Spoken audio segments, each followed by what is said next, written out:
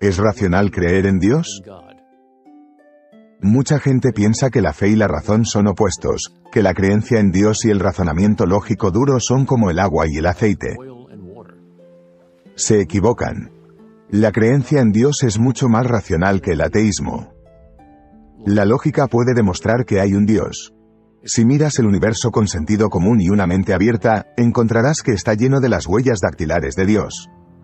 Un buen lugar para comenzar es con un argumento de Tomás de Aquino, el gran filósofo y teólogo del siglo XIII. El argumento comienza con la observación no muy sorprendente de que las cosas se mueven. Pero nada se mueve sin razón. Algo debe causar ese movimiento. Y lo que sea que haya causado eso debe ser causado por otra cosa, y así sucesivamente. Pero esta cadena causal no puede retroceder para siempre. Debe tener un comienzo.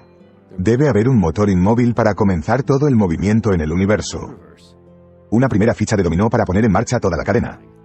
Ya que la mera materia nunca se mueve a sí misma. Una objeción moderna a este argumento es que algunos movimientos en la mecánica cuántica, la desintegración radiactiva, por ejemplo, no tienen una causa discernible. Pero espera un segundo. El hecho de que los científicos no vean una causa no significa que no la haya. Solo significa que la ciencia aún no lo ha encontrado. Tal vez algún día lo hagan. Pero entonces tendrá que haber una nueva causa que explique eso, y así sucesivamente. Pero la ciencia nunca encontrará la causa primera. Eso no es un golpe a la ciencia. Simplemente significa que una causa primera se encuentra fuera del ámbito de la ciencia. Otra forma de explicar este argumento es que todo lo que comienza debe tener una causa. Nada puede venir de la nada. Así que si no hay una primera causa, no puede haber segundas causas, ni nada en absoluto. En otras palabras, si no hay creador, no puede haber un universo. Pero, ¿qué pasaría si el universo fuera infinitamente viejo? Bueno, todos los científicos hoy en día están de acuerdo en que el universo no es infinitamente viejo, que tuvo un comienzo en el Big Bang. Si el universo tuvo un principio, entonces no tenía que existir. Y las cosas que no tienen que existir deben tener una causa. Hay confirmación de este argumento en la cosmología del Big Bang. Ahora sabemos que toda la materia, es decir, todo el universo, comenzó a existir hace unos 13.700 millones de años. Y desde entonces se ha ido expandiendo y enfriando. Ningún científico duda ya de eso, a pesar de que antes de que se demostrara científicamente, los ateos lo llamaban creacionismo disfrazado. Ahora bien, añádase a esta premisa una segunda premisa muy lógica, el principio de causalidad, según el cual nada comienza sin una causa adecuada. Y se llega a la conclusión de que, dado que hubo un Big Bang, debe haber un Big Banger. Pero, ¿es este Big Banger Dios? ¿Por qué no podía ser un universo más? Debido a que la teoría general de la relatividad de Einstein dice que todo el tiempo es relativo a la materia. Y dado que toda la materia comenzó hace 13.700 millones de años, también lo hizo todo el tiempo. Así que no hay tiempo antes del Big Bang. E incluso si hay tiempo antes del Big Bang, incluso si hay un multiverso, es decir, muchos universos con muchos Big Bang, como dice la teoría de cuerdas que es matemáticamente posible. Eso también debe tener un comienzo. Un comienzo absoluto es lo que la mayoría de la gente entiende por Dios. Sin embargo, algunos ateos consideran que la existencia de un número infinito de otros universos es más racional que la existencia de un creador. No importa que no haya evidencia empírica alguna de que exista alguno de estos universos desconocidos, y mucho menos 1000 o 1 trillón. La conclusión de que Dios existe no requiere fe. El ateísmo requiere fe. Se necesita fe para creer en todo lo que viene de la nada. Solo se necesita una razón para creer en todo lo que viene de Dios. Sabes, durante 27 años, fui ateo. Pensaba que cualquiera que creyera en un dios o en dioses era bueno, estúpido o inculto, ingenuo, crédulo o simplemente estaba interesado en el trabajo por dinero, sexo y poder. Quiero decir, después de todo el mundo sabe que la religión es solo una muleta psicológica para los débiles intelectuales, ¿verdad? Entonces, ¿qué me hizo cambiar de opinión? Bueno, mira, cuento toda la historia en mi libro, Shattered, pero para nuestros propósitos aquí en la Universidad de Prager, mis compañeros cristianos de los Rojos de Cincinnati simplemente me desafiaron a leer algunos libros religiosos, criticarlos y luego compartir con los muchachos dónde estaban equivocados los autores y por qué. El ateísmo es la única perspectiva real y verdadera para cualquiera que no se deje engañar por la fantasía, la ficción o la mitología. Quiero decir, para alguien que quiere basar sus creencias y valores en evidencia y argumentos. No la emoción y la tradición. Ahora, mira, en pocas palabras, me propuse refutar el teísmo, lo cual no pensé que tomaría mucho tiempo, pero me encontré con algunas dificultades en el camino. Dificultades como Aristóteles, Agustín, Tomás de Aquino. Quiero decir, en términos simples, me enfrenté a la conciencia de que realmente hay 4 grandes explosiones que deben ser explicadas, no solo una. Nunca me lo había planteado antes. Es decir, todos estamos familiarizados con el primer Big Bang. Por lo general, es la respuesta que se da a la pregunta, ¿por qué hay algo en lugar de nada? Es la idea de que no había nada, estalló, y boom, hay algo. Es decir, que el tiempo, la materia y el espacio llegaron a existir en un gran destello cosmológico hace unos 16.000 millones de años. No hubo un desarrollo gradual, ni formas transicionales, solo un giro binario, metafísico. Ahora no lo ves, y ahora sí. Bien, quiero seguir la evidencia a donde sea que me lleve. Sin embargo, los astrofísicos nos dicen que este primer Big Bang, que solo un puñado de elementos fundamentales y que se necesitarían miles de millones y miles de millones de años para que los hornos nucleares de billones de estrellas produjeran los 118 elementos de la tabla periódica. Pero el primer Big Bang cosmológico teórico, bueno, solo produce materia y energía. Ni siquiera comienza a abordar el origen de la vida. Entonces, ¿cómo se obtiene la vida de la no vida? ¿Cómo se produjo la abiogénesis? Es decir, la noción de que algo puede surgir de la nada. ¿Dónde está la evidencia? Bueno, vas a necesitar otro salto de fe de algo de la nada, una especie de segundo Big Bang biológico. A pesar de todos los avances alucinantes que hemos logrado en física, biología y química en los últimos 100 años, todavía no estamos más cerca de hacerlo realidad. No tenemos ni idea. Cuanto más cerca miramos, más ancho es el abismo. Quiero decir, claro, hemos aprendido mucho sobre cómo manipular formas de vida, cómo agregar y restar material de ADN, incluso mapear el genoma humano, pero no tenemos idea de cómo crear literalmente vida a partir de cosas muertas. Ahora mira, en este punto, todavía solo tenemos física, química, y algo de biología básica o materia, energía y vida simple, por así decirlo, pero todavía no tenemos una manera de explicar la gran diversidad de formas de vida. Es decir, las enormes diferencias entre bacterias, plantas y animales. Tampoco tenemos una manera de explicar las diferencias entre el hombre y el animal. Todavía no tenemos una antropología en este momento. Así que vamos a necesitar una especie de tercer Big Bang antropológico para dar cuenta de todo esto, que, por supuesto, es lo que buscaba Darwin en su tesis del origen del hombre. Ahora mira, Darwin respondió a muchas preguntas, pero nunca pudo responder a la pregunta central. ¿Cómo comenzó la evolución? Pero bueno, todavía no hemos terminado de describir el mundo que nos rodea. Va a ser necesario un Big Bang final para explicar cómo puede convertirse en una mente humana autorreflexiva. Incluso las formas de vida más bajas tienen cerebro y sistema nervioso central. Quiero decir, ¿cómo se convierte algo así en la mente de un Miguel Ángel, un Shakespeare, un Beethoven? Vamos, que los animales no hacen arte y no aprecian la belleza. Pero el problema es aún más básico que eso. ¿Cómo se explica el libre albedrío y la introspección, por no hablar del apremiante impulso existencial del hombre para preguntarse por qué? Bueno, vamos a necesitar algún tipo de cuarto Big Bang psicológico para explicar el sentido moral y estético del hombre. Es decir, su búsqueda de significado y propósito. Y, por supuesto, su aprecio por lo verdadero, lo bueno y lo bello. Y de nuevo, debes entender que estos problemas requieren flequillos. Es decir, de repente aparece un binario que existe, ya que no hay evidencia de ningún desarrollo gradual en ninguno de ellos. Así que yo, como tú, tengo una opción.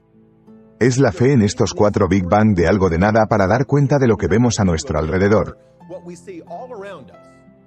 O la fe en algún tipo de Dios creador detrás de todo. Así que la próxima vez que alguien te pregunte, oye, ¿qué pasa con el Big Bang? Asegúrate de preguntarles. ¿Cuál? ¿Lo cosmológico, lo biológico, lo antropológico o psicológico? En 1966, la revista Time publicó un artículo de portada en el que preguntaba, ¿ha muerto Dios? La portada reflejaba el hecho de que mucha gente había aceptado la narrativa cultural de que Dios es obsoleto, que a medida que avanza la ciencia, hay menos necesidad de un Dios que explique el universo. Resulta, sin embargo, que los rumores de la muerte de Dios eran prematuros. De hecho, tal vez los mejores argumentos a favor de su existencia provienen, de todos los lugares, de la ciencia misma. Esta es la historia. El mismo año en que la revista Time publicó su ahora famoso titular, el astrónomo Carl Sagan anunció que había dos criterios necesarios para que un planeta sustentara la vida: el tipo correcto de estrella y un planeta a la distancia correcta de esa estrella. Dados los aproximadamente octillones de planetas en el universo, eso es 1 seguido de 24 ceros. Debería haber habido alrededor de septillones de planetas, es decir, 1 seguido de 21 ceros, capaces de albergar vida. Con probabilidades tan espectaculares, los científicos eran optimistas de que la búsqueda de inteligencia extraterrestre, conocida por sus iniciales SETI, un ambicioso proyecto lanzado en la década de 1960, seguramente daría lugar a algo pronto. Con una vasta red radiotelescópica, los científicos escuchaban señales que se asemejaban a la inteligencia codificada. Pero a medida que pasaban los años, el silencio del universo era ensordecedor. A partir de 2014, los investigadores han descubierto precisamente Bubkus, no un Silg, es decir, cero seguido de un número infinito de ceros. ¿Qué pasó? A medida que aumentaba nuestro conocimiento del universo, se hizo evidente que había, de hecho, muchos más factores necesarios para la vida, por no hablar de la vida inteligente, de lo que Sagan suponía. Sus dos parámetros crecieron a 10, luego a 20 y luego a 50, lo que significó que el número de planetas potencialmente portadores de vida disminuyó en consecuencia. El número se redujo a unos pocos miles de planetas y siguió cayendo en picado. Incluso los defensores de SETI reconocieron el problema. Peter Senkel escribió en un artículo de 2006 para Skeptical Inquirer, una revista que afirma firmemente el ateísmo, a la luz de los nuevos hallazgos y percepciones, que debemos admitir tranquilamente que las primeras estimaciones ya no son sostenibles. Hoy en día, hay más de 200 parámetros conocidos necesarios para que un planeta sustente la vida, cada uno de los cuales debe cumplirse perfectamente o todo se desmorona. Por ejemplo, sin un planeta masivo y rico en gravedad como Júpiter cerca para atraer asteroides, la Tierra se parecería más a una diana interestelar que al orbe verde que es. En pocas palabras, las probabilidades contra la vida en el universo son asombrosas.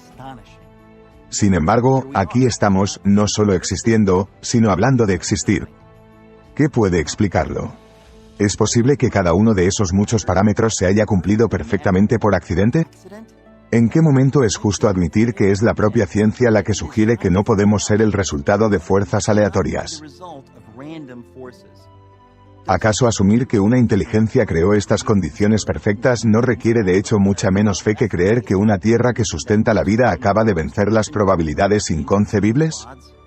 Pero espera, hay más. El ajuste fino necesario para que exista vida en un planeta no es nada comparado con el ajuste fino requerido para que el universo exista. Por ejemplo, los astrofísicos ahora saben que los valores de las 4 fuerzas fundamentales, la gravedad, la fuerza electromagnética y las fuerzas nucleares fuerte y débil, se determinaron menos de 1/millonésima de segundo después del Big Bang. Si se altera ligeramente cualquiera de estos 4 valores, el universo tal como lo conocemos no podría existir.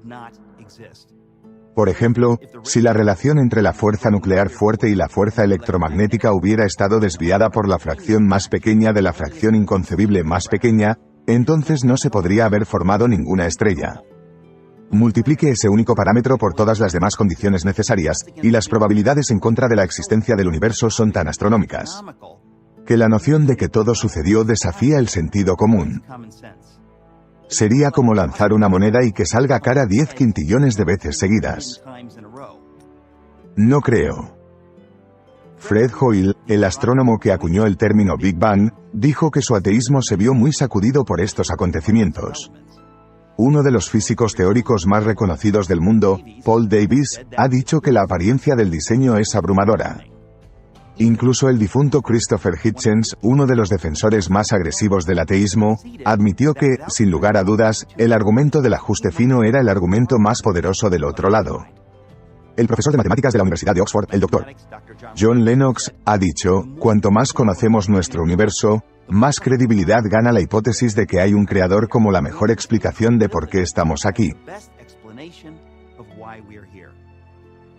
El milagro más grande de todos los tiempos es el universo. Es el milagro de todos los milagros, uno que ineludiblemente apunta a algo o alguien más allá de sí mismo. Si Dios existe, entonces el mundo no evolucionó por casualidad, sino por diseño deliberado. Hay un artista detrás de esta increíble obra de arte, este mundo grande y hermoso. Si Dios existe, estamos viviendo una gran historia, una epopeya como El Señor de los Anillos, con héroes reales y tareas heroicas. En última instancia, todos los giros y vueltas de esta narrativa épica valdrán la pena. Todo tendrá sentido. Incluso tendrá un final feliz. No necesariamente, ni siquiera probablemente, en nuestra propia vida. Ni siquiera Moisés entró en la tierra prometida, sino que en el transcurso del tiempo en una vida después de la muerte. Que existe tan ciertamente como Dios existe. Si Dios existe, la presencia del mal, por difícil que sea de aceptar, tiene sentido. Dios lo permite por una razón. Es decir, preservar nuestro libre albedrío. Y Dios reconciliará todas las injusticias al final. Si no hay Dios, la vida es un gran tiro de mierda. Si Dios existe, la moralidad es una característica objetiva real del mundo. Si no hay Dios, la moralidad es solo las reglas que inventamos para este pequeño juego de la vida que jugamos. Si Dios existe, el amor es la naturaleza de una realidad eterna. Si no hay Dios, el amor es solo un sentimiento fugaz. No más que un montón de interacciones químicas y neurológicas. Si Dios existe, tú tienes un valor infinito. Él te conoce como un padre conoce a su hijo. Él es accesible para ti. Si no hay Dios, cada uno de nosotros es tan insignificante como una roca en un planeta desconocido. Si Dios existe, la muerte es conquistada porque si hay un Dios, hay una realidad fuera del espacio y del tiempo. Si no hay Dios, no hay nada inmortal. Y todas las cosas buenas de la vida se destruyen para siempre. Tú y todos los que amas y todo lo que crees que importa están relegados al olvido. Si no hay Dios, la vida no tiene sentido. Todo lo que hemos hecho y por lo que hemos vivido será en vano. ¿Puedo probar con absoluta certeza que Dios existe? Puedo argumentar que la evidencia abrumadora sugiere que lo hace, pero no puedo probar que exista con absoluta certeza. Es probable que eso sea parte de su plan. Dios deliberadamente no nos da una prueba absoluta para que seamos libres de elegir o no elegir creer en Él. Entonces, ¿qué camino quieres tomar? Sé honesto. ¿No espera tu corazón al menos que haya un Dios bueno? ¿Un validador trascendente del amor y de todos los valores humanos más elevados? Por supuesto que sí.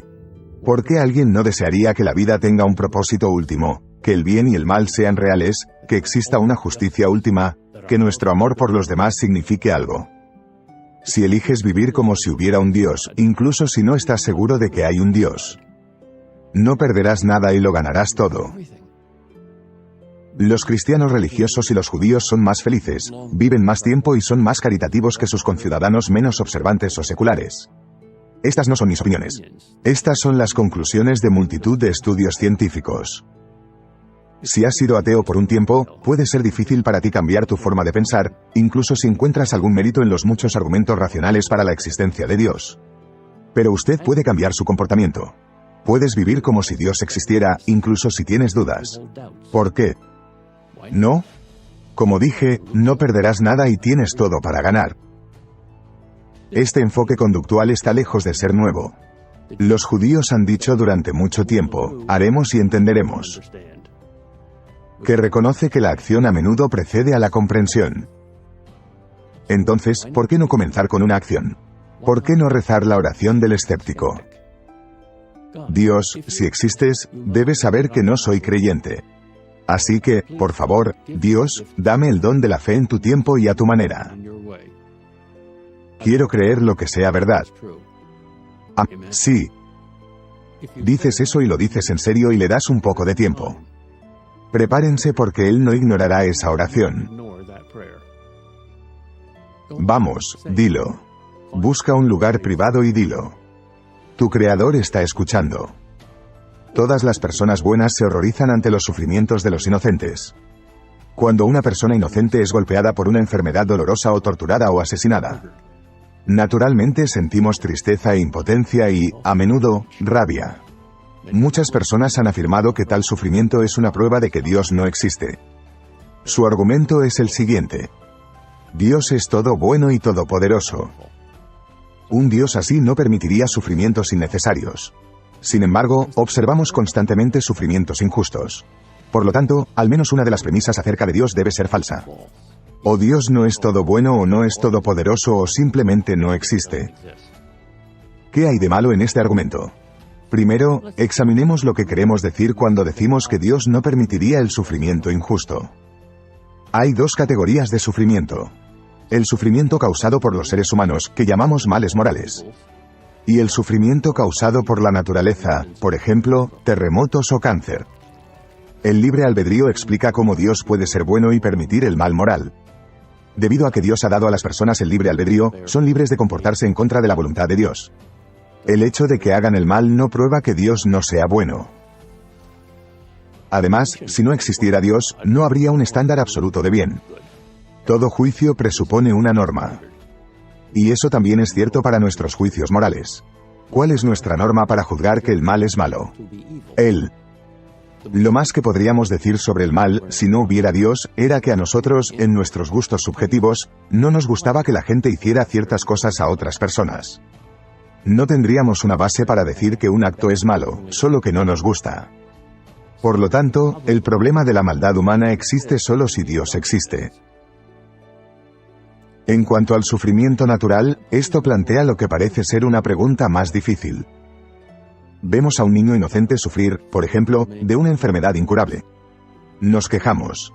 Comprensible. No nos gusta. Comprensible. Sentimos que está mal, es injusto y no debería suceder. Comprensible. Pero ilógico a menos que creas en Dios. Porque si no crees en Dios, tus sentimientos subjetivos son la única base sobre la cual puedes objetar el sufrimiento natural. Está bien, no te gusta, pero ¿cómo es que no te gusta algo? Evidencia de que Dios no existe. Piénsalo. Es todo lo contrario. Nuestros juicios sobre el bien y el mal, tanto naturales como humanos, presuponen a Dios como la norma. Sí. No hay Dios, no hay ni bien ni mal. Simplemente está la naturaleza haciendo lo que hace. Si la naturaleza es todo lo que hay, no hay absolutamente ninguna necesidad de explicar por qué una persona sufre y otra no. El sufrimiento injusto es un problema solo porque tenemos un sentido de lo que es justo e injusto. Pero, ¿de dónde viene este sentido? Ciertamente no de la naturaleza. No hay nada solo en la naturaleza. La naturaleza solo se trata de sobrevivir. En otras palabras, ¿qué significa que el sufrimiento sea innecesario o malo? ¿Cómo se determina eso? ¿Contra qué criterio? Su estándar privado no significa nada. Mi estándar privado no significa nada. Podemos hablar significativamente de que el sufrimiento es innecesario o incorrecto solo si tenemos una creencia subyacente de que existe objetivamente un estándar de lo correcto y lo incorrecto. Y si ese estándar realmente existe, eso significa que hay un Dios. Por otra parte, el creyente en Dios tiene un tiempo incomparablemente más fácil que el ateo, tanto psicológica como lógicamente, para tratar con el problema del sufrimiento natural. Si aceptas que existe un Dios bueno, también es posible creer que este Dios de alguna manera arregla las cosas. Si no en este mundo, en el otro. Para el ateo, por otro lado, ningún sufrimiento es reparado. No hay justicia última. Los malos ganan y los buenos sufren. Los terremotos y los cánceres matan. Fin de la historia. Literalmente. Si la naturaleza es todo lo que hay, ¿cómo puede una persona sensible permanecer cuerda en un mundo en el que los tsunamis arrasan ciudades enteras? ¿Los hombres malvados torturan y asesinan a víctimas inocentes, y las enfermedades atacan a las personas indiscriminadamente? La respuesta es que no es posible. ¿Es así como quieres vivir? ¿Hay una vida después de la muerte? ¿La vida después de que termine esta vida? Probablemente no haya un ser humano que no se haya hecho esta pregunta en un momento u otro. Y aquí está la respuesta. Si hay un Dios, hay una vida después de la muerte. Es así de simple. Y he aquí por qué. En primer lugar, esta vida está llena de una cantidad inconmensurable de injusticia y sufrimiento. La única forma en que puede haber justicia última para las víctimas del mal es si hay una vida después de la muerte. Y la única manera en que el consuelo está disponible para aquellos que sufren injustamente desde una enfermedad dolorosa y una muerte prematura hasta la muerte de un hijo. Es si hay una vida después de la muerte. Pero tal vida después de la muerte existe solo si hay un Dios bueno y justo. Un Dios bueno y justo proporciona una manera de compensar por todo el sufrimiento injusto de este mundo. En segundo lugar, dado que Dios no es físico, el mundo físico no es la única realidad. También hay una realidad no física. Y nosotros los humanos tenemos una parte de nosotros, que al no ser física, sobrevive a la muerte de nuestro cuerpo. Lo llamamos el alma. Pero si no hay Dios, esta vida física es todo lo que hay. Por lo tanto, no hay Dios, no hay alma, no hay vida después de la muerte. Ahora, por supuesto, aquellos que dudan de la existencia de Dios tienen todas las razones para dudar de una vida después de la muerte. Pero si crees en un Dios bueno, entonces tienes que creer que hay una vida después de la muerte. Si dices que crees en Dios pero no en una vida después de la muerte, el Dios en el que crees no solo no es bueno, sino que Dios es cruel. Que Dios hizo un mundo lleno de sufrimiento injusto y lo dejó así. Ahora, algunas personas que no creen en la vida después de la muerte ofrecen su propia versión de la inmortalidad. Una vez asistí a un funeral en el que el hombre que oficiaba dijo que, si bien no hay vida después de la muerte, vivimos a través de nuestras buenas obras y en los recuerdos de nuestros seres queridos. Eso es lo que mucha gente que rechaza una vida después de la muerte quiere creer. Pero la idea de que los seres humanos viven a través de sus buenas obras o a través de los recuerdos de sus seres queridos, lo que generalmente significa los hijos o nietos de una persona, simplemente no tiene sentido. Si la gente vive a través de sus buenas obras, entonces los niños que mueren no viven. El número de buenas obras que la mayoría de los niños son capaces de hacer es minúscula.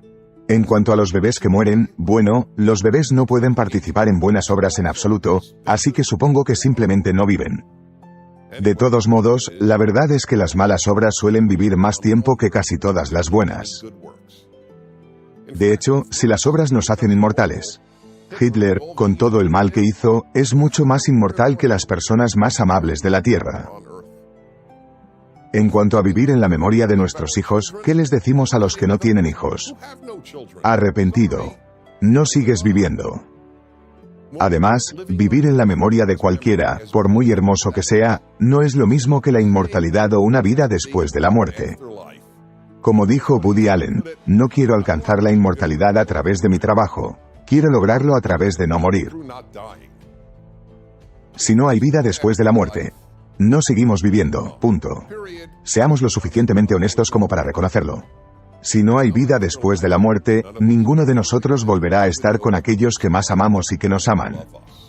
Si no hay vida después de la muerte, ni nadie asesinado ni ningún asesino recibirá justicia definitiva.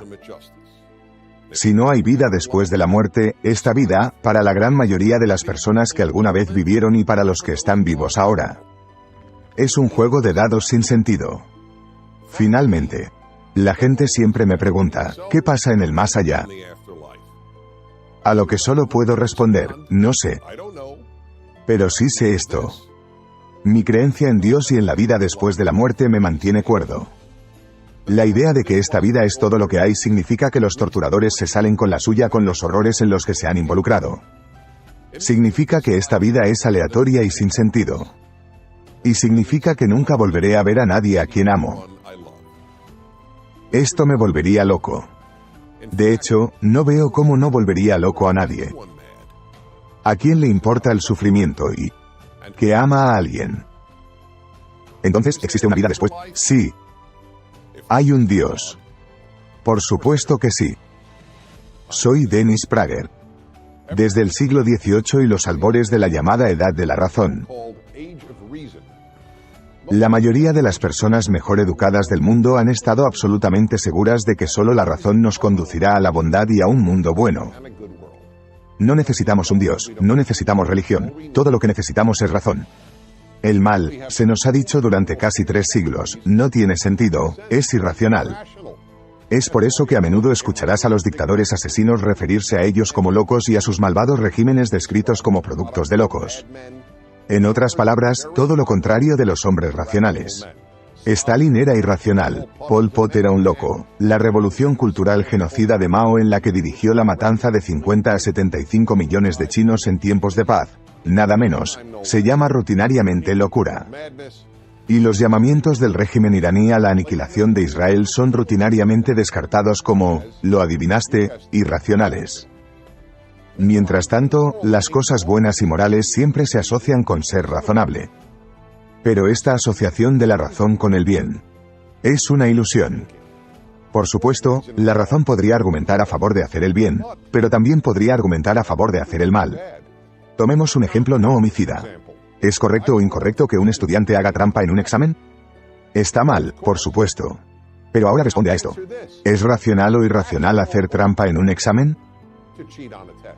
La respuesta no es tan obvia, ¿verdad? Después de todo, si puedes salirte con la tuya, y podría significar la diferencia entre ingresar a una gran escuela o conseguir un gran trabajo. Hacer trampa en un examen puede ser razonable. La misma lógica se aplica a participar en un negocio turbio pero lucrativo o a participar en una infidelidad conyugal. Si sabes que puedes salirte con la tuya o simplemente juzgar que los beneficios de hacer algo ilegal o inmoral. Superar el riesgo de ser descubierto. ¿Por qué no hacerlo? O responde a esto. ¿Era racional o irracional que un no judío en la Europa ocupada por los nazis durante la Segunda Guerra Mundial arriesgara su vida para esconder a un judío? Todos sabemos que se trataba de una grandeza moral de primer orden. Pero, ¿era racional? La verdad es que no. No hay nada más racional que la autopreservación. Además, en todos los estudios que he leído sobre salvadores no judíos de judíos durante el Holocausto, y he leído muchos, nunca he leído de ningún rescatista que dijera que hizo lo que hizo porque era lo razonable o racional. Ni uno. La razón conduce al bien solo cuando tú quieres, así como conduce al mal cuando tú quieres. La razón es solo una herramienta. No es intrínsecamente más moral que un cuchillo. Un cuchillo puede ser usado para asesinar o torturar a personas. Pero en manos de un cirujano, se puede usar para salvar vidas. Si quieres preservar la libertad, entonces es racional luchar y arriesgar tu vida en su nombre. Y si quieres mantener una dictadura fascista, comunista o islamista, entonces es igualmente racional arriesgar tu vida en su nombre. Y hablando de libertad, no es la razón lo que hace que la gente valore la libertad. Muchas personas racionales valoran la seguridad, el orden, el territorio, la teocracia o muchas otras cosas mucho más de lo que valoran la libertad. La razón puede llevar a las personas a todo tipo de conclusiones. Por ejemplo, cuando se le preguntó si mataría a un bebé discapacitado, un distinguido profesor de filosofía de la Universidad de Princeton respondió: si eso era lo mejor para el bebé y para la familia en su conjunto, entre comillas. ¿Puede ofrecer una razón puramente racional por la que el profesor está equivocado? La única razón que puedo ofrecer es la creencia de que todos los seres humanos han sido creados a imagen de Dios y, por lo tanto, son infinitamente preciosos. Pero el valor de toda vida humana es una creencia, no una afirmación de la razón. Los griegos, los fundadores de la razón occidental, pensaban que era bastante razonable dejar que los bebés enfermos murieran de exposición. El bebé sería una carga para los padres y el Estado. Era la Jerusalén basada en la fe, la otra madre de la civilización occidental. No la Atenas basada en la razón que enseñó al mundo a mantener vivos a los bebés enfermos.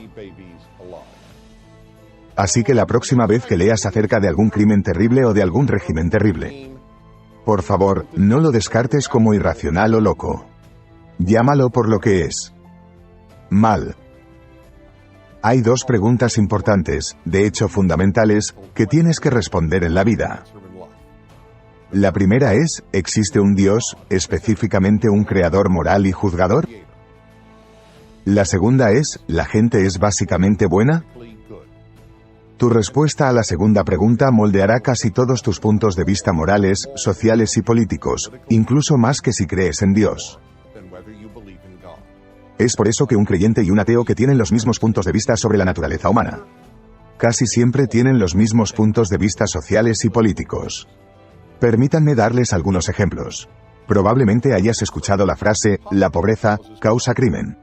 Si crees que las personas son básicamente buenas, es probable que creas que la pobreza o la intolerancia o alguna otra fuerza externa hace que las personas cometan delitos violentos. Esa es la única forma en que se puede entender el hecho de que algunas personas cometen delitos a pesar de su naturaleza básicamente buena. Algo los llevó a ello. Pero si no crees que la gente es básicamente buena, es mucho más probable que culpes a los criminales mismos, no a las fuerzas externas, por sus acciones. Un ejemplo más. En una sociedad en la que se cree que las personas son básicamente buenas, los padres y la sociedad no dedican grandes esfuerzos a hacer buenas personas. Después de todo, si nacemos buenos, ¿por qué tienes que enseñar la bondad? Por otro lado, los que no creen que nacemos tan bien entienden que los padres y la sociedad tienen que hacer grandes esfuerzos para que los niños se conviertan en buenos adultos. Bien, entonces, ¿son las personas básicamente buenas? Como mostraré, dada la historia de la humanidad, la respuesta debería ser obvia. Por supuesto, la naturaleza humana no es básicamente buena. Ahora bien, esto no significa que la gente sea básicamente mala. Nacemos con un potencial real para hacer el bien. Pero no somos básicamente buenos. Llévate bebés. Los bebés son adorables e inocentes. Pero no son buenos. Son totalmente egocéntricos. Como tienen que ser para sobrevivir. Quiero a mamá, quiero leche, quiero que me carguen, quiero que me consuelen. Y si no haces todas estas cosas inmediatamente, arruinaré tu vida. Eso no es bondad. Eso es narcisismo. Nacemos narcisistas. Preocupados, en primer lugar, por nosotros mismos. Y si alguna vez has trabajado con niños, sabes lo crueles e intimidantes que pueden ser. Y no tienen los padres que decirle a sus hijos decenas de miles de veces, ¿que les den las gracias? Ahora bien, ¿por qué?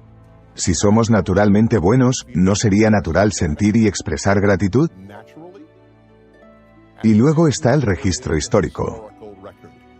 Los males, los grandes males, que afectan a gran parte de la raza humana han sido la norma. Estos son solo algunos ejemplos. Los turcos otomanos mataron a millones de cristianos armenios durante la Primera Guerra Mundial. El régimen nazi alemán asesinó a 6 millones de judíos, 2 de cada 3 judíos europeos, incluidos más de 1 millón de niños y bebés. El régimen comunista soviético masacró a unos 5 millones de ucranianos y a otros 25 millones de inocentes. Los comunistas chinos mataron a unos 70 millones de chinos y esclavizaron al resto del pueblo chino. El régimen comunista de Corea del Norte ha construido lo que solo se puede llamar el campo de concentración más grande del mundo, la mayor parte de Corea del Norte. En el Congo poscolonial, en la década comprendida entre 1998 y 2008, más de 5 millones de personas fueron asesinadas y decenas, si no cientos de miles de mujeres, violadas. Por supuesto, antes de eso, alrededor de 10 millones de africanos fueron secuestrados y convertidos en esclavos en el comercio de esclavos europeo. Y otros 10 a 18 millones de africanos fueron esclavizados por los traficantes de esclavos árabes. Y déjame preguntarte esto, si la gente es básicamente buena, ¿por qué todas las civilizaciones tienen tantas leyes para controlar el comportamiento humano? Sabiendo todo esto, aquellos que creen que las personas son básicamente buenas simplemente han tomado la decisión de creerlo e ignorar toda la evidencia.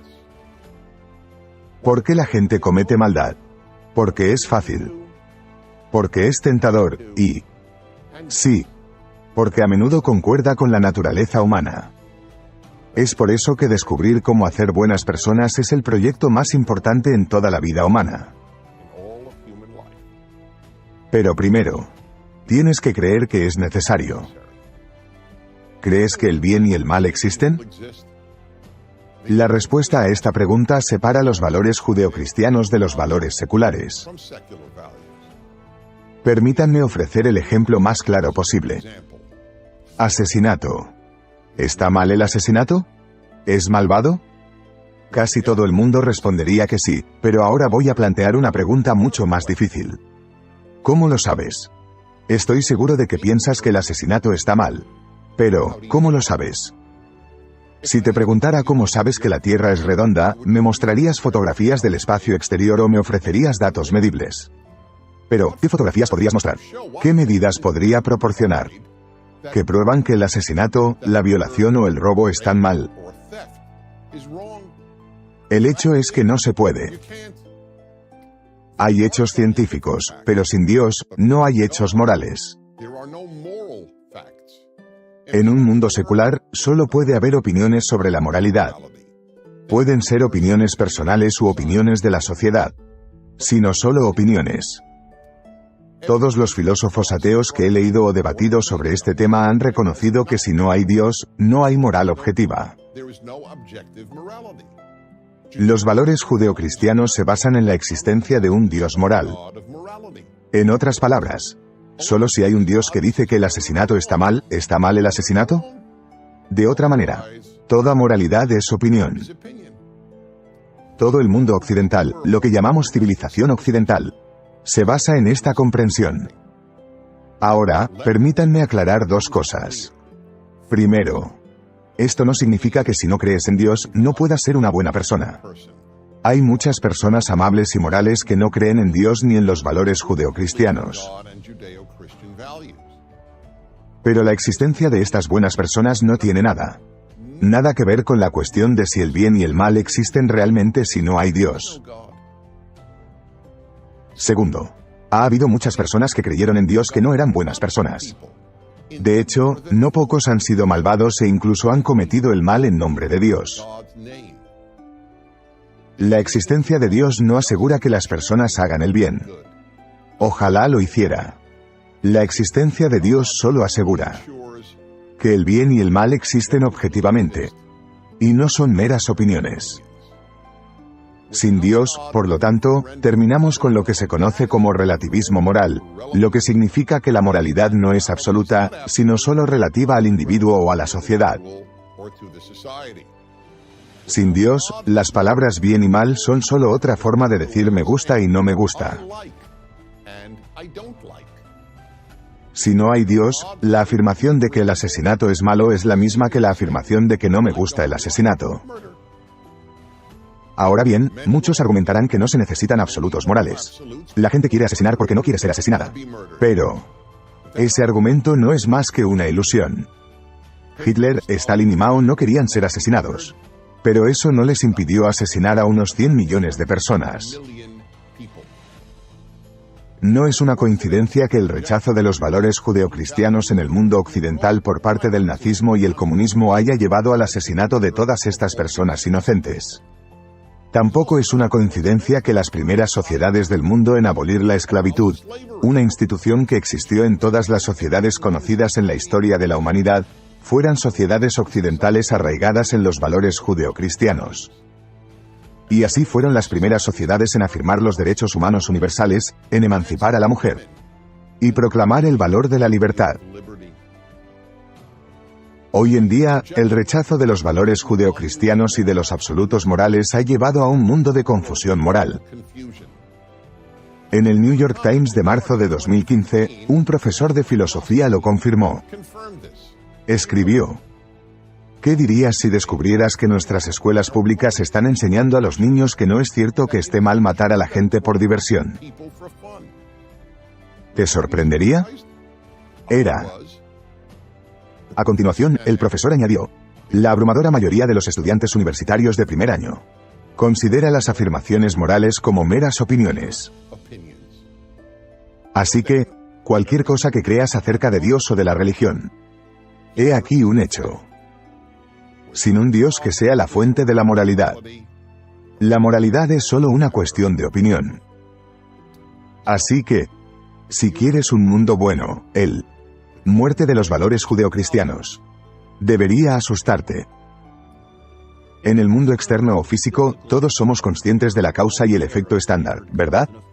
Ya sabes, el objeto A actúa sobre el objeto B con fuerza X. Todos lo entendemos porque se aplica a casi todo, desde los electrones hasta los atletas. Pero ahora considera los eventos en tu mundo interno o mental. ¿Cuál es la causa de tus pensamientos? Algunos de nuestros pensamientos tienen causas externas, como cuando tocamos algo y de repente nos damos cuenta de que está caliente. No deliberamos si apartar o no la mano, ¿verdad? Nuestro cerebro ya ha disparado la instrucción de hacerlo involuntariamente. En algún extraño sentido, realmente no retiramos la mano en absoluto porque no elegimos hacerlo. Nuestro cerebro lo hizo antes de consultarnos.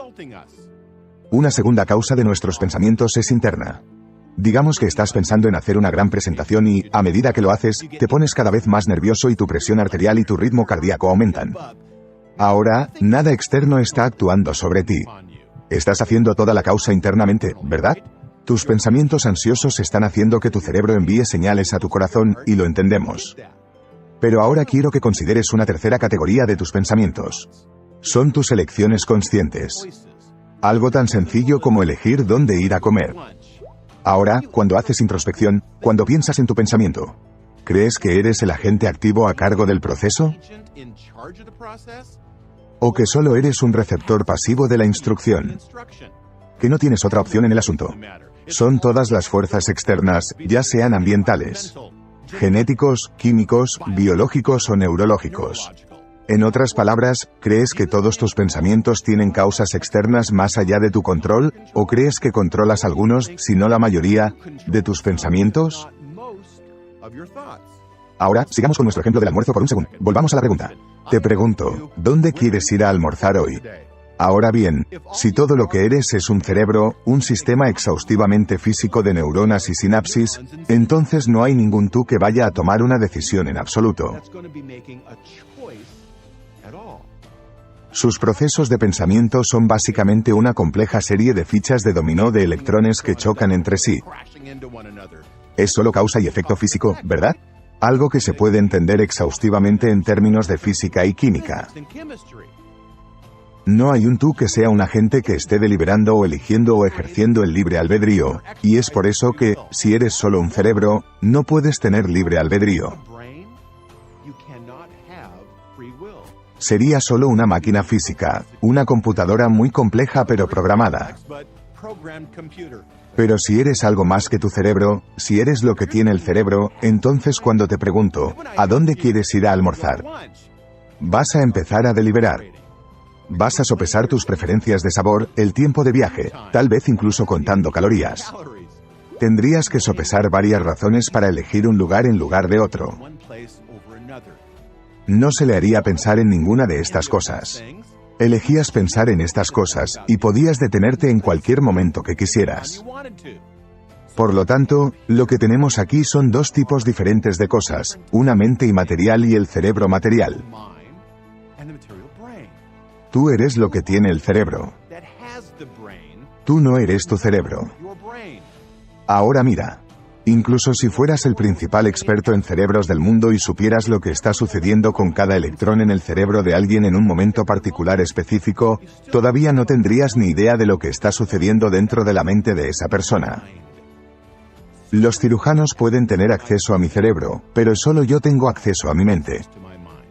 Esto es lo que te hace humano y no una máquina. La psicología, el estudio de la mente, no se puede reducir a la física, la biología y la química. Sin embargo, hay muchos materialistas, personas que creen que la materia física es todo lo que existe, que la única realidad, incluyendo cada pensamiento, cada sentimiento, cada mente, cada voluntad, todo esto se explica totalmente en términos de materia en movimiento, simplemente fenómenos físicos. Estos materialistas creen que no somos más que robots y que el libre albedrío es una ilusión. Un mito. Ahora bien, ¿por qué creen esto? Porque entienden que en el momento en que reconocen que existe el libre albedrío, que realmente hay un tú inmaterial más allá del reino físico, que realmente hay una mente, no solo un cerebro. Entonces tiene que haber algo no físico que dé cuenta de nuestras mentes no físicas. Ahora, cuando ejerces tu libre albedrío y eliges pensar en todo esto, probablemente vas a razonar como yo lo hice, que hay una gran mente que explica el origen de tu mente. Pero, de nuevo, esa es tu elección. Es evidencia de tu libre albedrío. ¿Eres más valioso que un perro? ¿O un gato? ¿O, para el caso, un árbol? Una de las mayores diferencias entre los valores judeocristianos y los valores seculares se refiere a esta misma cuestión, el valor del ser humano. Según el sistema de valores judeocristiano, los seres humanos son infinitamente valiosos. Por otro lado, el humanismo secular devalúa el valor de los seres humanos. Por irónico que parezca, el sistema de valores judeocristiano basado en Dios hace que los seres humanos sean infinitamente más valiosos que cualquier sistema de valores humanísticos. La razón es simple.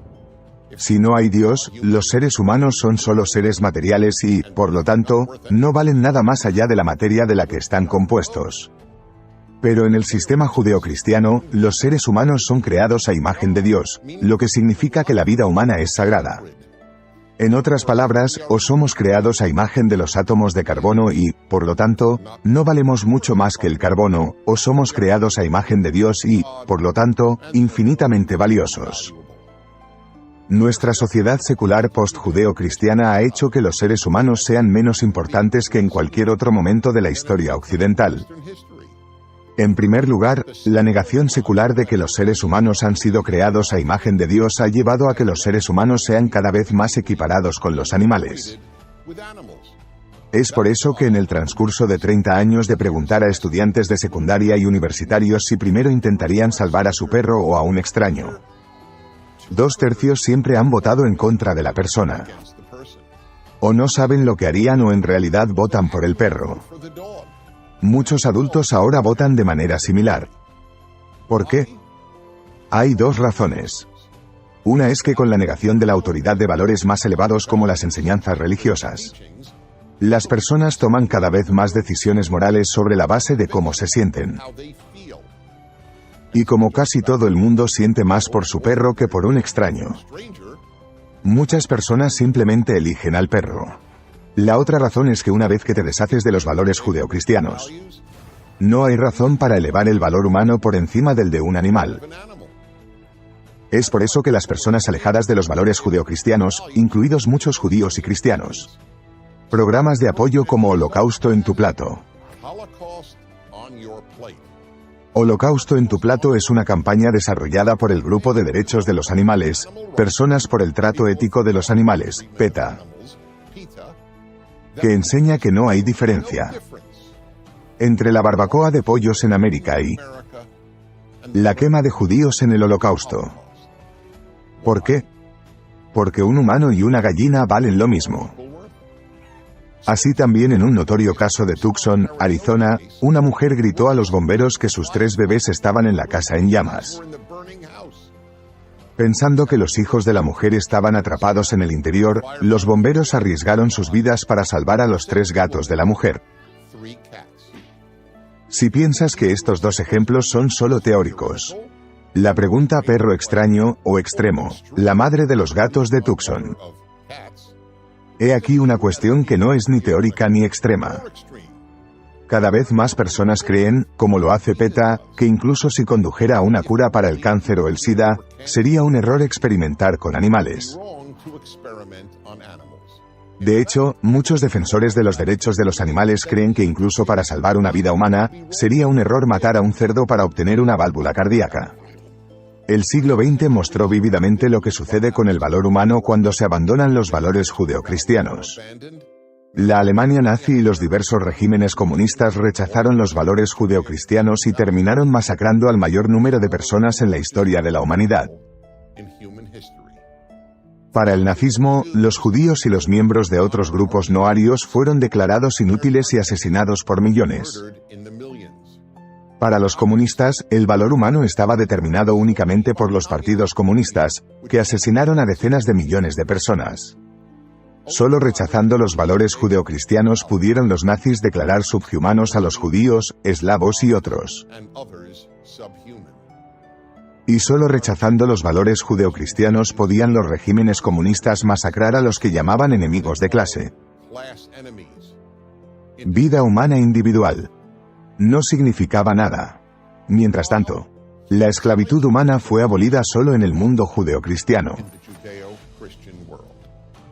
Y, por supuesto, para casi todos aquellos que rechazan los valores judeocristianos, el feto humano no vale nada, si su madre así lo considera.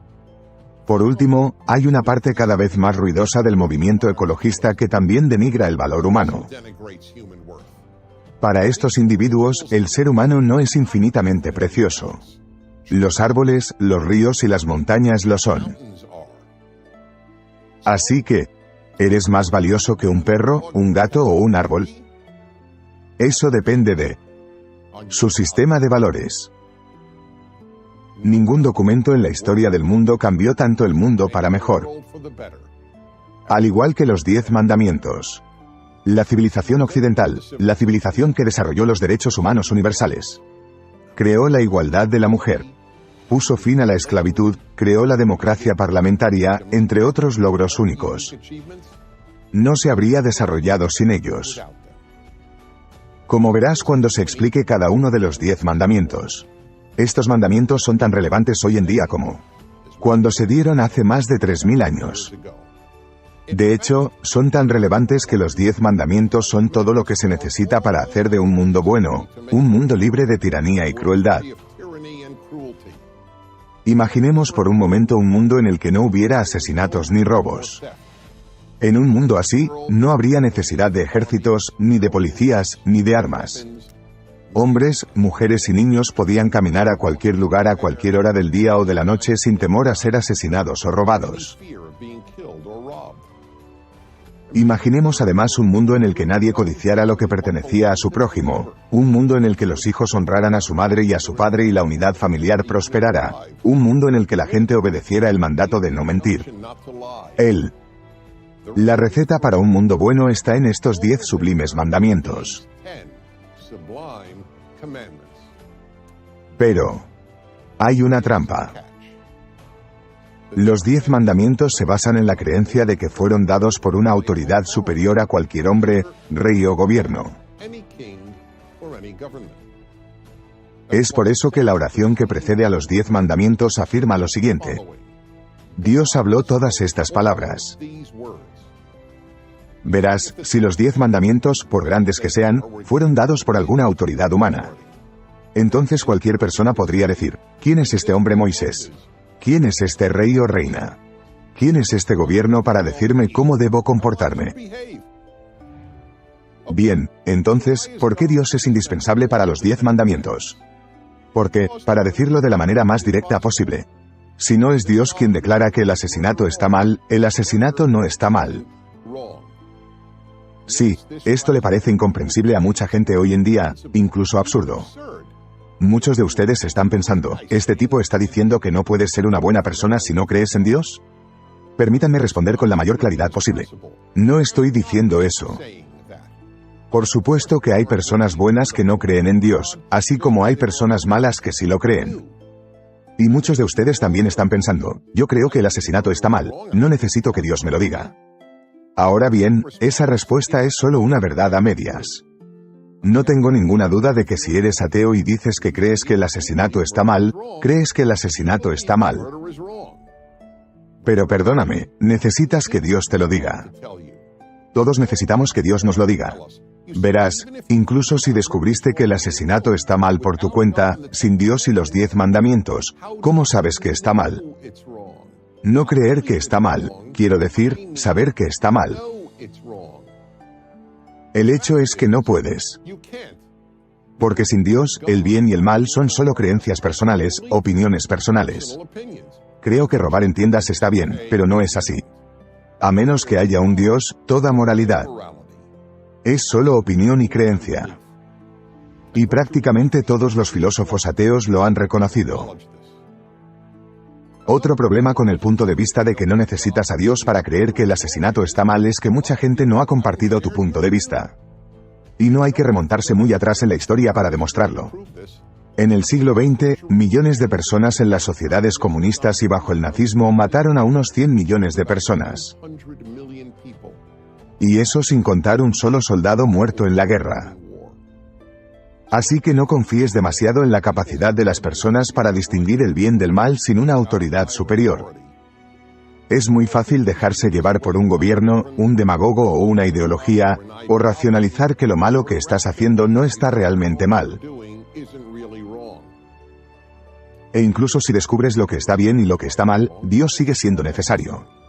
Las personas que conocen la diferencia entre el bien y el mal hacen lo incorrecto todo el tiempo. ¿Sabes por qué? Porque pueden. Pueden hacerlo porque creen que nadie los está mirando. Pero si reconoces que Dios es la fuente de la ley moral, crees que Él siempre está observando. Así que incluso si eres ateo, querrías que la gente viviera según las leyes morales de los 10 mandamientos. E incluso un ateo tiene que admitir que cuantas más personas crean que Dios les dio, y por lo tanto no son solo opinión, mejor sería el mundo. ¿Cuál es el primero? ¿De los 10 mandamientos? Puede parecer una pregunta extraña, pero no lo es. Los judíos y los cristianos dan respuestas diferentes. La razón es que lo que conocemos como los 10 mandamientos son, en el hebreo original, las 10 declaraciones. Y puesto que el hebreo es el original, comenzamos con la primera afirmación. Lo cual todas las religiones están de acuerdo es, yo soy el Señor tu Dios, que te saqué de la tierra de Egipto, de la casa de servidumbre. Esta declaración es tan importante que ninguno de los otros mandamientos tiene sentido sin ella. En primer lugar, afirma que Dios está dando estos mandamientos, no Moisés ni ningún otro ser humano. Segundo, Dios es el que te libró de la esclavitud. Una vez más, ningún ser humano hizo esto, ni siquiera Moisés. Por lo tanto, tienes una obligación conmigo, Dios. ¿Y cuál es esa obligación? Que vivas de acuerdo con los siguientes 9 mandamientos. Este es el comienzo de lo que se conoce como monoteísmo ético, la mayor innovación de la Biblia hebrea que cambió el mundo. Significa 2 cosas. El monoteísmo ético significa que el único Dios, que es el monoteísmo, es la fuente de la ética, de la moralidad. La moralidad, un código objetivo de lo correcto y lo incorrecto, no emana de la opinión humana. Emana de Dios y, por lo tanto, trasciende la opinión humana. El otro significado del monoteísmo ético es que lo que Dios más quiere de nosotros es que tratemos moralmente a otros seres humanos. Ninguno de los 10 mandamientos se refiere a lo que los seres humanos deben hacer, entre comillas, por Dios. Todas las religiones anteriores a los 10 mandamientos creen que las personas deben hacer mucho por sus dioses. Por ejemplo, aliméntelos. E incluso sacrificar personas para ellos. Pero ahora, gracias a los 10 mandamientos, la humanidad aprendió que lo que Dios quiere es que seamos buenos con nuestros semejantes. Incluso los mandamientos concernientes a no tener dioses falsos y no llevar el nombre de Dios en vano tienen que ver en última instancia con la moralidad. Lo que podemos hacer por Dios es tratar decentemente a todos sus otros hijos. Todos los padres pueden identificarse con esto.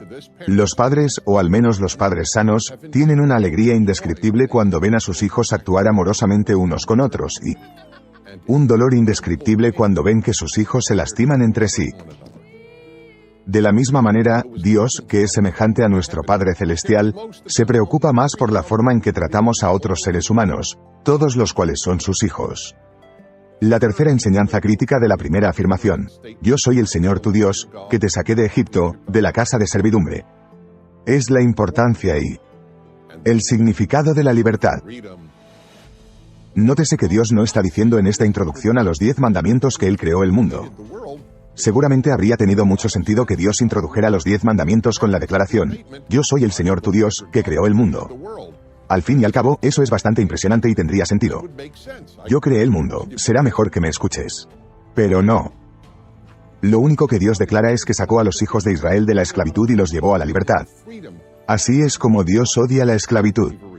Y lo importante que Dios considera la libertad. Los fundadores de Estados Unidos basaron toda su visión de Estados Unidos en esta creencia de que Dios quiere que seamos libres. Es por eso que el símbolo más icónico de la Revolución Americana, la campana de la libertad, tiene una sola frase inscrita en ella, un versículo de la Biblia hebrea. Proclama libertad en toda la tierra a todos sus habitantes. Pero hay otra lección igualmente importante acerca de la libertad impartida por la declaración inicial de los 10 mandamientos, lo que significa la libertad. El dador de los 10 mandamientos está diciendo, en efecto, que te saqué de la esclavitud y te llevé a la libertad. Y estos 10 mandamientos son el camino para hacer una sociedad libre. No se puede ser un pueblo libre si se hace lo que se quiere. La libertad proviene del autocontrol moral. No hay otra forma de lograrlo.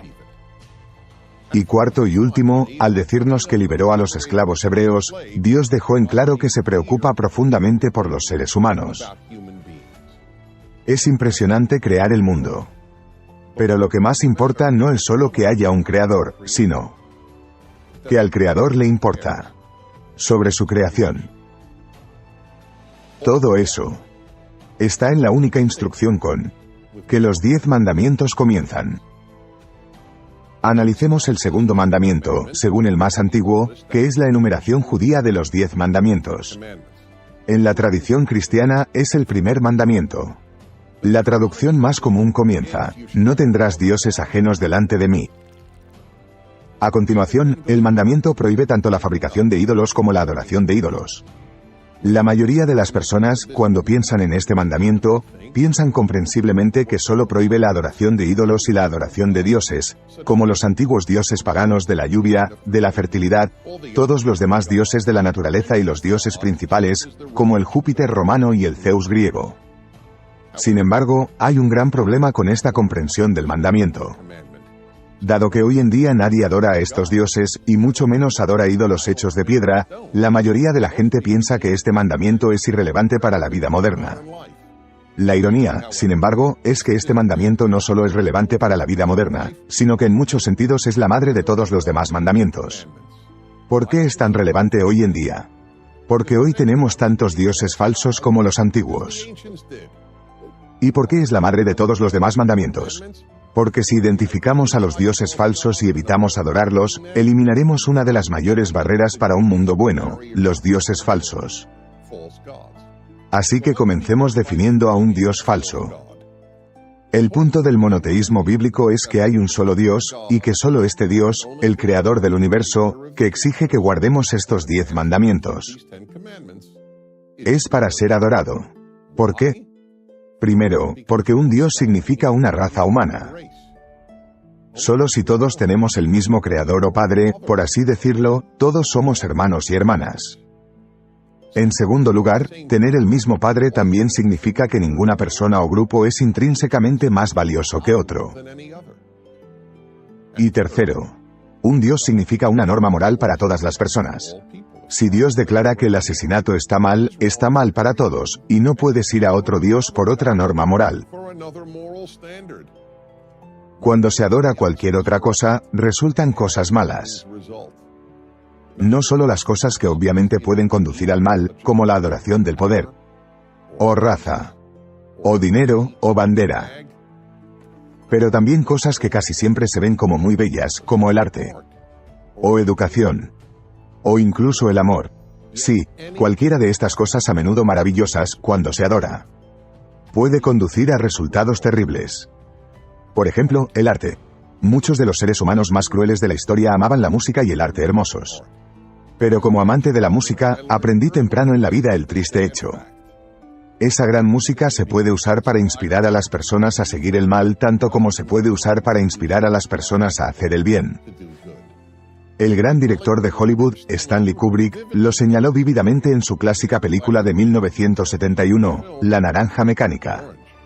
En él, hombres violan y asesinan, mientras suena música clásica de fondo. Tomemos como ejemplo la educación. Todos reconocemos lo importante que puede ser la educación, desde preparar a las personas para que puedan encontrar trabajo, hasta comprender el mundo. Pero la educación en sí misma, divorciado de los fines superiores de Dios y de la bondad, puede liderar, y a menudo ha liderado, a un gran mal. Muchas de las personas mejor educadas de Alemania apoyaron a Hitler y a los nazis, y casi todos los partidarios del mundo occidental, de los regímenes genocidas de Stalin y la Unión Soviética y Mao y China eran altamente educados. No hay nada en un doctorado que garantiza que una persona será más sabia, más amable o más ético que alguien con solo una educación secundaria. Lo mismo ocurre incluso con el amor. El amor, por supuesto, es tan a menudo hermoso, pero también puede conducir al mal. En el siglo XX, las personas que ponían el amor a la patria por encima del amor a Dios y al bien a menudo cometían maldades terribles. Y aquí tienes una prueba para ti.